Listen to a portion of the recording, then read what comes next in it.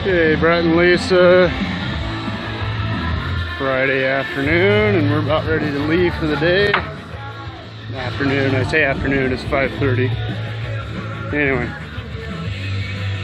here's the exterior wall, obviously the side that's towards your whole building. The back of the building, all formed up on the exterior. Don't have any of the interiors formed up yet, if you're curious. We got 3/4 inch form ply, doubled up 2x4 whalers, and a doubled up 2x4 strong backs, all held together with snap ties, and the whaler wedges, snap tie wedges, whatever you want to call them, that tighten everything up. And then this 2x4 down here is drilled and nailed into the concrete footing that we poured Tuesday. So Tuesday we poured your footings. That took all said and done after cleaning everything up and so on, probably about 4 hours.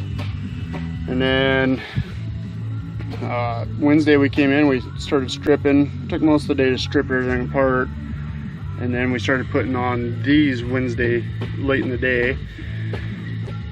Thursday we finished doing these, started setting panels, and today we've got the bulk of the building. Oops, I thought I was going to hit my head on that brace.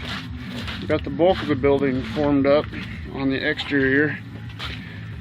Walk through here real quick. Sneak past this mud pit. Hold on, I'm climbing.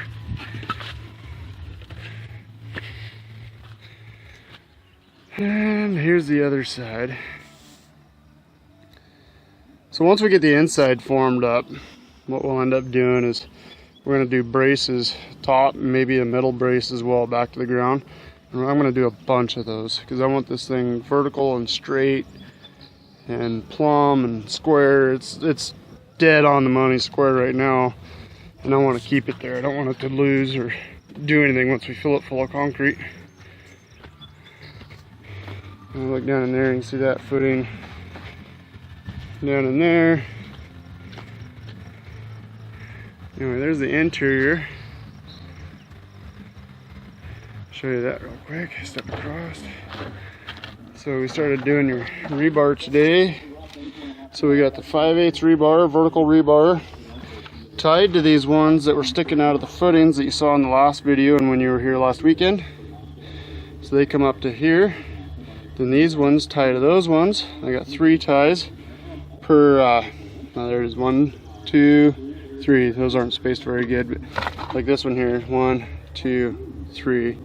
So 3 ties per rod, holding these vertical ones, which go all the way up to the top of the foundation. Now this plywood's only 8 foot high. I gotta add 2 foot still, and we'll do that here probably Monday.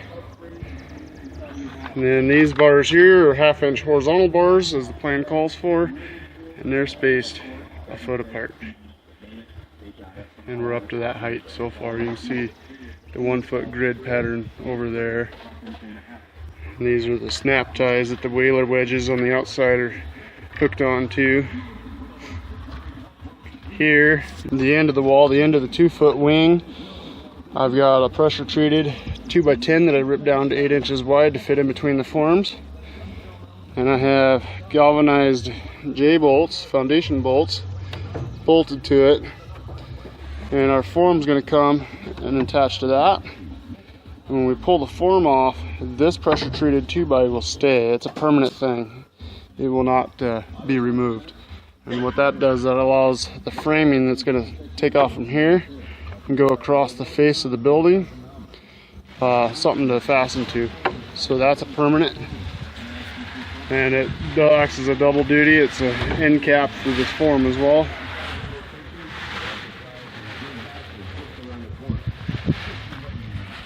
Just give you a pan shot of what it's looking like so far. Down here, these boards are nailed down to do the short forms for down there.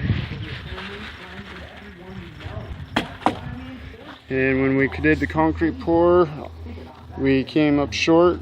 I don't know why, so we were only able to do those 2 blocks. So these 3 blocks will do when we pour the walls.